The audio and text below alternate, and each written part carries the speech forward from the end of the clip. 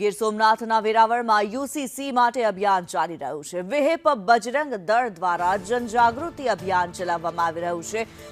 UCC માટે QR code દ્વારા લોકોનું સમર્થન મેળવ્યું। વેરાવળ ટાવર ચોક ખાતે જાગૃતિ અભિયાનનો પ્રારંભ કરવામાં આવ્યો છે। વિશ્વ હિન્દુ પરિષદે સરકારના પગલાંને આવકાર્યું। સરકાર તમામ નાગરિકોનો અભિપ્રાય લઈ રહી છે, ત્યારે હિન્દુ સમાજમાં જાગૃતિ ફેલાય તે માટે આ અભિયાન ચલાવવામાં આવી રહ્યું છે।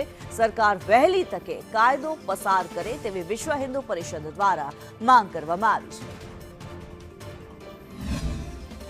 ગુજરાત સરકાર બંધારણની કલમ 44 હેઠળ સમાન નાગરિક સંહિતા લાગુ કરવા જઈ રહી છે અને તમામ નાગરિકોનો અભિપ્રાય આ બાબતે લઈ રહી છે।